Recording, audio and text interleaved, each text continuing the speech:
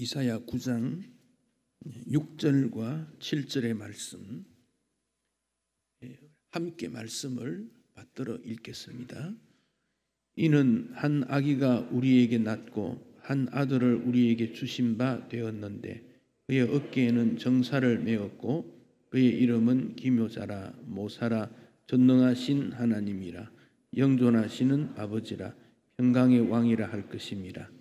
그 정사와 평강의 더함이 무궁하며 또 다윗의 왕자와 그의 나라에 군림하여 그 나라를 굳게 세우고 지금 이후로 영원히 정의와 공의로 그것을 보존하실 것이라. 만군의 여호와의 열심히 이를 이루시리라. 아멘. 곧 성탄이 우리에게 다가옵니다. 올해 성탄의 은혜와 축복이 여러분에게 있기를 바랍니다. 성탄을 맞을 때 우리가 매년 맞는 성탄이지만은 올해도 성탄절이 왔구나. 선물을 누구에게 주고 선물을 누구에게 받을까 이런 생각을 하게 되는데, 그러나 성탄은 선물을 주고 받는 것이 주 목적이 아닙니다. 성탄은 하나님 말씀에 근거한 말씀의 성취, 약속의 성취라는 것을 알게 됩니다. 갑자기 이루어진 성탄이 아닙니다. 이미 창세기에서부터 그 흔적들이 나타나고 때가 되어서 우리 주님이 이 땅에 오셨습니다. 말씀의 성취인데, 말씀 성취의 내용은 하나님께서 우리 인간에게 찾아오셨다. 찾아오셨다. 나에게 찾아오셨다. 우리에게 찾아오셨다. 이게 성탄의 의미입니다. 이사야 선지자는 예수님께서 태어나기 전 700년 정도 이전 사람입니다. 지금부터 2700년 이상 된 분입니다.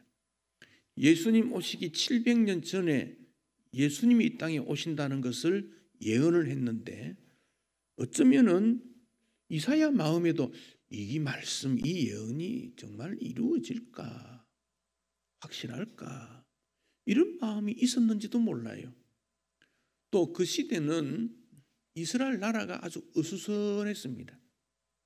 북이스라엘은 멸망 직전에 있었고 남유다는 그 주변 정세에 의해서 매우 위험했습니다. 그러나 백성들은 여전히 진리에 거하지를 못하고 부정스러운 일들이 많고 나라의 지도자들도 그랬습니다. 그래서 이사야가 하나님 앞에 괴로워하며 기도하며 주님께서 무슨 말씀을 주실까 기다리고 있었지요. 또 이사야는 특별히 왕궁을 출입하는 선지자입니다. 그러니까 지도자들을 향한 그런 선지자 사역을 많이 했지요. 처음으로 나타나는 메시아에 대한 약속은 7장 14절인데 보라 처녀가 잉태하여 아들을 낳을 것이니 그 이름을 임마누엘이라 하리라 하는 약속이에요. 이건 상식적으로 맞지가 않아요. 어떻게 결혼하지 않는 처녀가 자녀를 낳을 수 있습니까? 맞지가 않아요. 그러나 이 약속은 이미 창세기 3장 15절부터 나타납니다. 아담 하와가 범죄한 이후에 하나님께서 찾아오셔서 아담 너 왜 그랬니? 하와 너는 왜 그랬니? 책망을 하시면서 뱀에게 여자의 후손이 너의 머리를 상하게 할 거다. 너는 그의 발꿈치를 상하게 할 거다 그랬어요. 그래서 사람들이 이 말씀을 읽으면서 여자의 후손이 도대체 누군가 의문을 가졌지요. 아담 하와의 후손이 가인 아닙니까? 아벨 아닙니까? 그런데 가인이 동생 아벨을 죽였지 않습니까? 그럼 이 가인이 여자의 후손인가? 아니다. 아벨은 또 죽어버렸으니까 아니다. 그 다음 태어난 아들이 셋입니다. 그럼 셋인가? 셋도 아니었다는 겁니다. 누굴까? 이렇게 의문을 가지면서 성경을 쭉 읽어가는 가운데 여자의 후손 누굴까를 쭉 이어보니까 예수님이더라 이 나오는 거예요. 이사야 선지자가 나라를 새롭게 하고 인간을 새롭게 하고 민족을 새롭게 한 사람이 태어날 거다. 오늘 읽었던 말씀에 보면 한 아기가 우리에게 낳고 한 아들을 우리에게 주신 바 되었는데, 그럼 한 아기가 누구냐? 한 아들은 누구냐?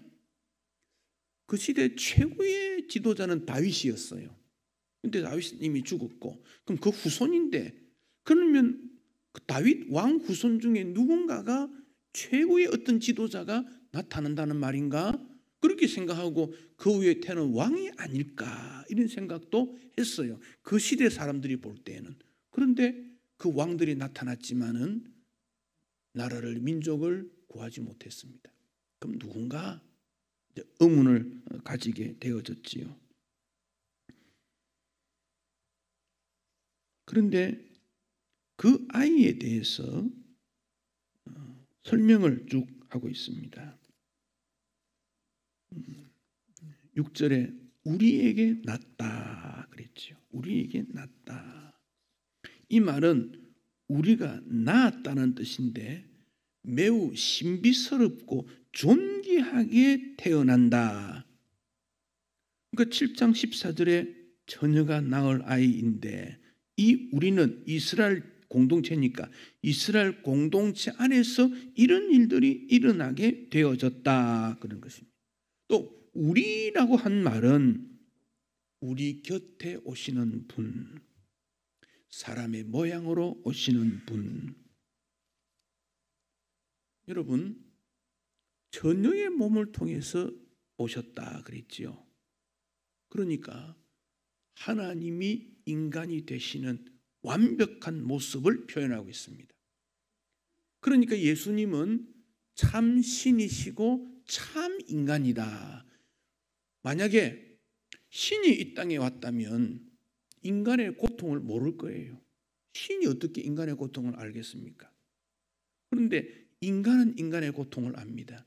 하나님께서는 그것을 아시고 우리가 이해할 수 있도록 인간의 몸으로 이 땅에 보내셨습니다. 그래서 인간의 슬픔과 고통과 괴로움을 다 경험하게 하셨다 하는 사실이에요. 그런데 인간의 몸으로 오셨는데 남자와 여자를 통해 인간으로 오면 그건 죄의 연속성이 되는데, 남자가 아닌 성령으로 잉태함으로 이 예수님은 죄가 없다. 죄가 없다. 그러니까 참 신이고 참 인간이신 예수님, 죄 없으신 예수님께서 인간의 죄를 위해 죽으셨다는 사실이지요. 죄 있는 사람이 죄를 감당한다는 것은 그 죄가 있으니까 당연히 감당해야 되겠지요. 그러나 죄가 없는 분이 죄 있는 분을 담당한다. 그래서 우리 예수님이 처녀의 몸으로 이 땅에 오시고 참 인간이 되셨고 인간을 이해하심으로 인간의 삶을 통해서 십자가의 지심으로 인간의 모든 죄를 가지고 가신 것이지요. 그것을 이사야는 한 아들을 우리에게 주셨다 이렇게 표현하고 있습니다.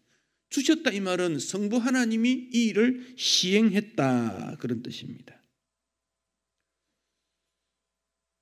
그런데 그 어깨에는 정사를 메었다. 정사라는 말은 통치권을 말합니다. 군인들이 계급장을 어깨에 맵니다. 경찰 계급장을 어깨에 맵니다. 어깨에 계급장을 맨다는 것은 권위를 인정합니다.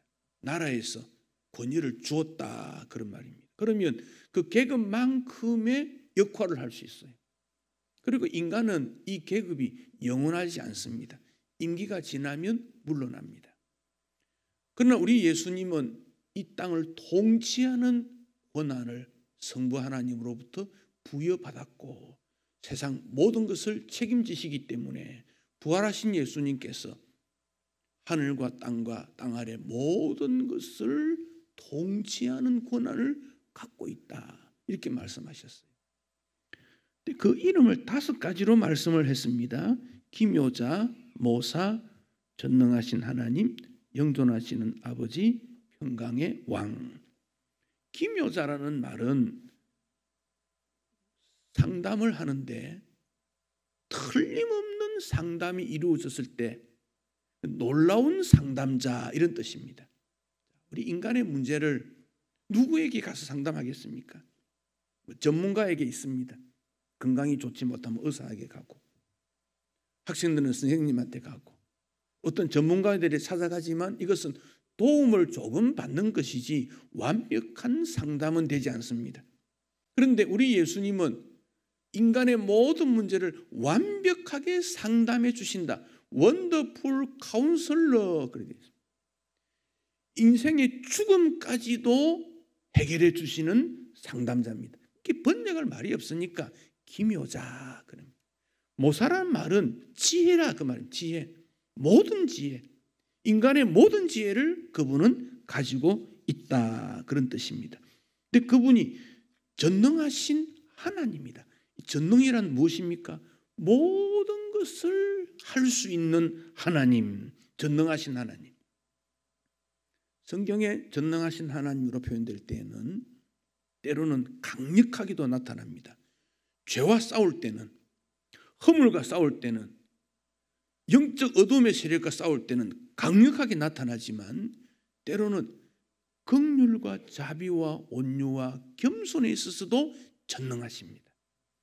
만약 우리 하나님께서 인내하지 않는다면 우리는 구원받지 못할지 몰라요.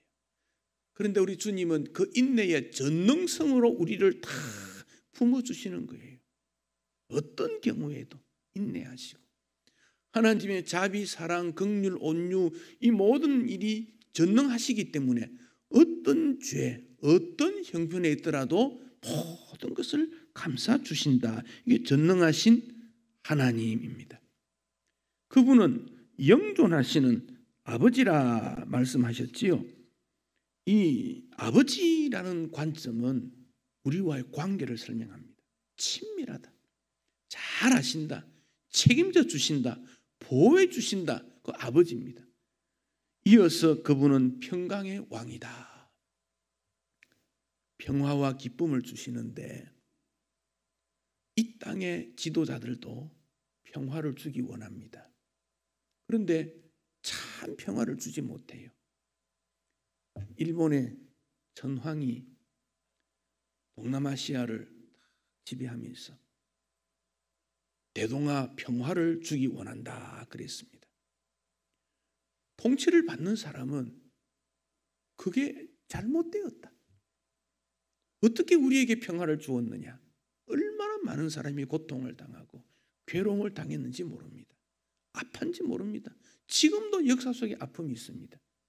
그러면 그 통치는 평강의 통치가 아니라는 것이지요.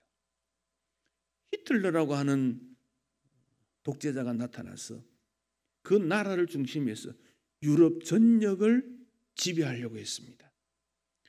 거기에 저항하는 사람들이 있으니까 감옥에 갇히고 죽였는데, 특별히 유태인들을 600만 명을 죽였다 그럽니다.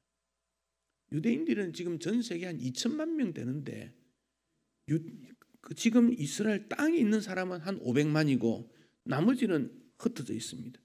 그러면 그 땅에 있던 그 당시 600만을 다 죽였다는 거 아닙니까? 왜 그렇습니까? 왕으로 통치하는데 거리낌이 되는 존재는 다 죽인다는 겁니다. 왕이 되려면 자신의 통치권 속에 집어넣어야 되지 않습니까? 그런데 우리 예수님은 평강이라는 방법으로 다스리는 것이지 무력의 방법으로 다스리는 것이 아니다, 그런 말씀입니다. 그들은 총과 칼로 사람들의 피를 흘리면서 평강을 유지하려고 했습니다. 그런데 우리 예수님은 십자가 위에서 자신의 피를 흘려준 겁니다. 자신의 피를. 똑같은 피입니다마는 다른 사람의 피를 통해서 평화를 유지하는 것이 아니라 내 피를 흘려서 평화를 유지하겠다는 겁니다. 1892년에 120년쯤 됩니까? 밀러라는 목사님이 한국에 선교사로 왔습니다. 그의 아내 이름이 안나 라이네크입니다. 두 부부가 처음에 충북 지방에 선교 활동을 하다가 서울에 다시 올라와서 예수교 학당, 지금의 경신중고등학교 거기서 가르치기도 하고, 또 우리 종로 사가에 가면 그 연동교회가 한국 역사와 거의 같습니다. 연동교회의 기초를 단 분입니다. 근데 한국에 와서 자녀가 없었습니다. 6년 만에 1898년 11월에 아들을 낳았습니다. 프레드 밀러라 그랬습니다. 근데 이 아이가 우리나라 환경에 적응을 못합니다. 위생도 나쁘고 병이 들어서 8개월 만에 죽습니다. 그래서 양화진에 와서 묻었습니다. 집으로 돌아갈 때 그 마음이 얼마나 무거웠겠습니까? 아들을 보낸 그 마음에 슬픔을 가졌는데 그 다음에 둘째 아들을 또 낳게 됩니다. 1902년 3월에 둘째 아들 프랭크 밀러가 태어납니다. 근데 이 아이는 태어난 지 하루 만에 죽습니다. 그러니까 부부 마음이 어떻겠습니까? 선교 왔는데 자녀가 없어서 고민하다가 기도했더니 6년 만에 자녀를 낳고 8개월 만에 죽고, 그 다음에 아들을 낳았는데 하루 만에 죽고, 너무 고통스럽지 않습니까? 그 뒤에 1년이 지난 1903년 6월에 그 아내가 또 죽습니다. 38살입니다. 안나 라이네크가 또 죽습니다. 그러니까 선교사 마음이 너무 무겁지 않습니까? 당시 주변에 있던 조선 사람 우리들이 도대체 당신이 전하는 예수는 누굽니까?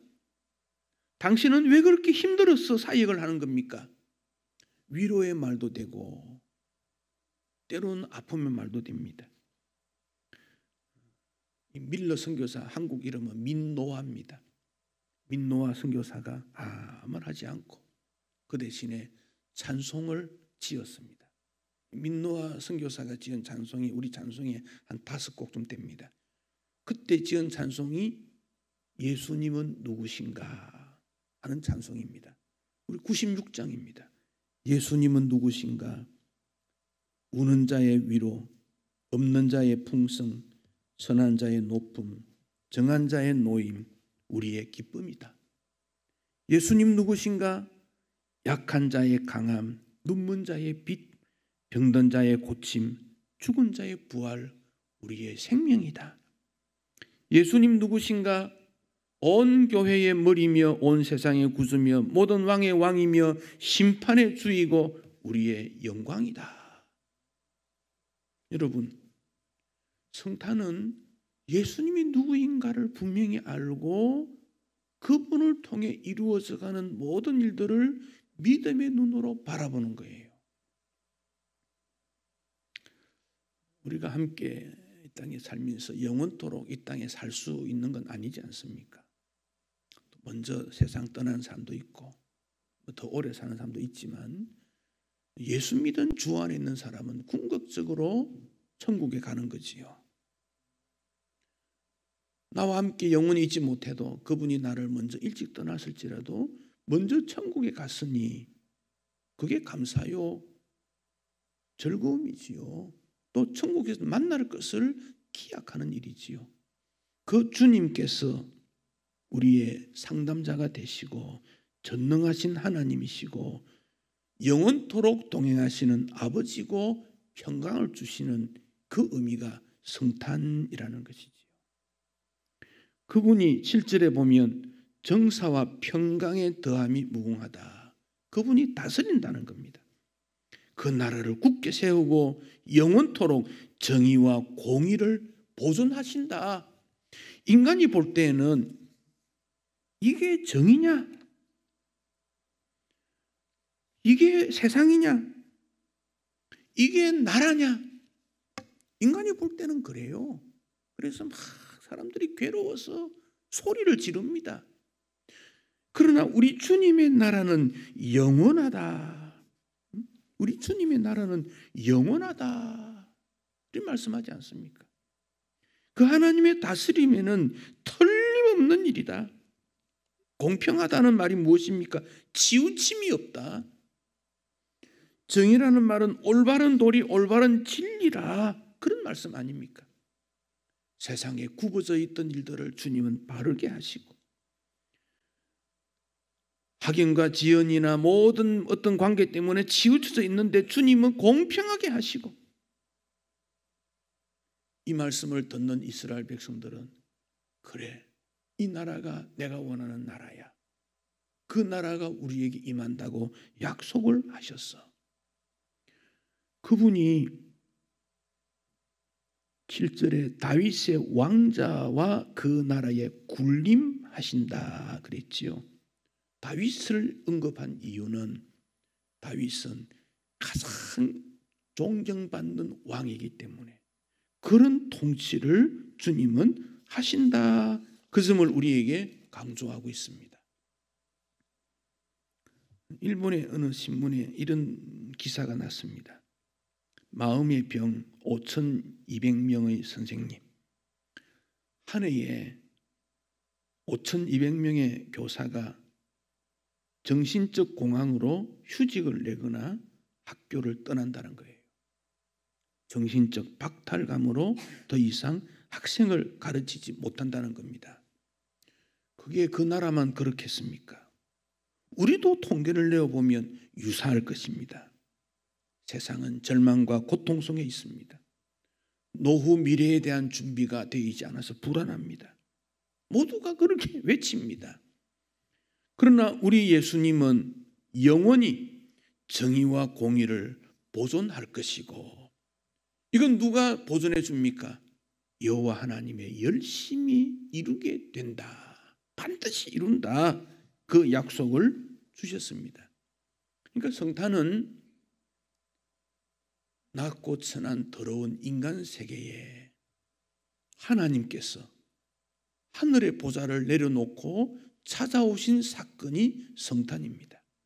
그러므로 성탄은 우리가 우리 주변에 있는 힘들고 고통하는 그들에게 찾아가는 것이 성탄의 의미입니다. 지금도 수고하고 고통하는 사람들이 성탄이 되면 뭘 하겠습니까? 이번에는 누가 찾아올련가? 누가 뭘 가져다 주지 않겠는가? 뭐 기대하는 사람도 있겠지요. 그러나 우리는 예수 이름으로 그런 아픔과 수고하는 어려운 자들을 찾아가는 이 사역이 성탄이라면, 우리는 또한 그런 사역들을 작지만은 흉내내라도 그런 일을 할 수 있어야 됩니다. 어느 교회 성탄절이 되었습니다. 찾아가는 성탄이 되자. 그래서 어떤 구역이, 우리 구역은 누구를 찾아갈까 살펴보다가 한 구역원이 말하기를, 우리 집에 전세들은 자매가 있는데 20살인데 시골에서 올라왔는데 직장 생활을 이렇게 좀 하다가 병이 걸렸어. 혈우병이 걸렸는데 5번이나 수술했는데도 완쾌되지 않았으니 우리 구역은 이 자매를 찾아가는 것이 어떤가. 그리고 구역원들이 들으니까 아, 정말 해야 되겠구나. 그래서 찾아가서 격려를 합니다. 조금 선물도 주고 도움도 주고. 한 구역원이 이렇게 말합니다. 우리가 이 자매에게 뭘 전해주는 것도 중요하지만 그 영혼을 위해서, 병 낫기를 위해 기도하는 것이 어떨까? 그거 좋은 일이라고. 그래서 구역 가족들이 기도를 시작했습니다. 처음에는 조금 이렇게 기도하다가 점점 확산되어서 구역원 전체가 기도하다가 이게 잘 되지 않으니까 우리 혹시 금식으로 기도하면 어떻겠어요? 그것도 더 좋은 일이지.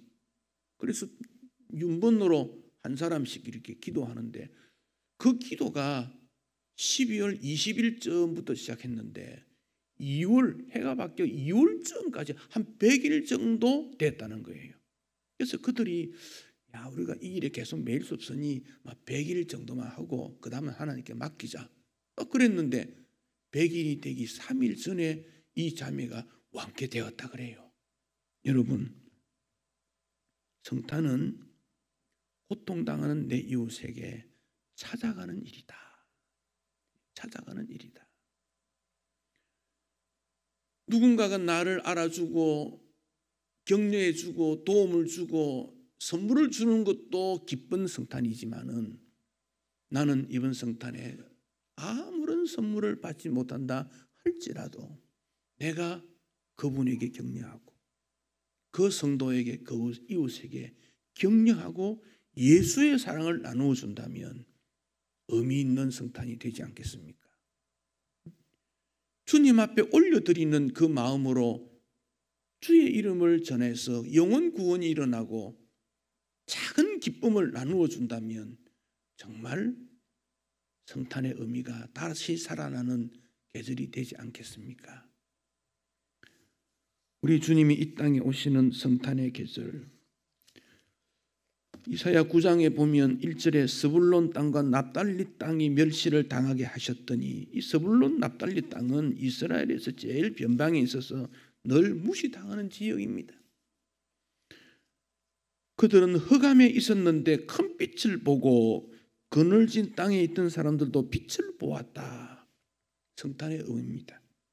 슬프고 힘들어하고 고통스러운 그들에게 예수의 사랑을 전하고 나의 사랑을 전하고 함께 소망을 나누어 이 땅에 평강의 나라를 이루는 그 문을 열어놓으신 주님의 뒤를 우리는 함께 따라가면서 나도 그런 주님의 뒤를 따라갈 거야 다짐하고 도와주고 실천하고 함께 주의 오심을 기뻐하는 성탄의 계절, 이 성탄의 계절이 여러분에게 가까이 다가와서 참 주님을 모시는 행복한 성탄 되시기를 축복합니다.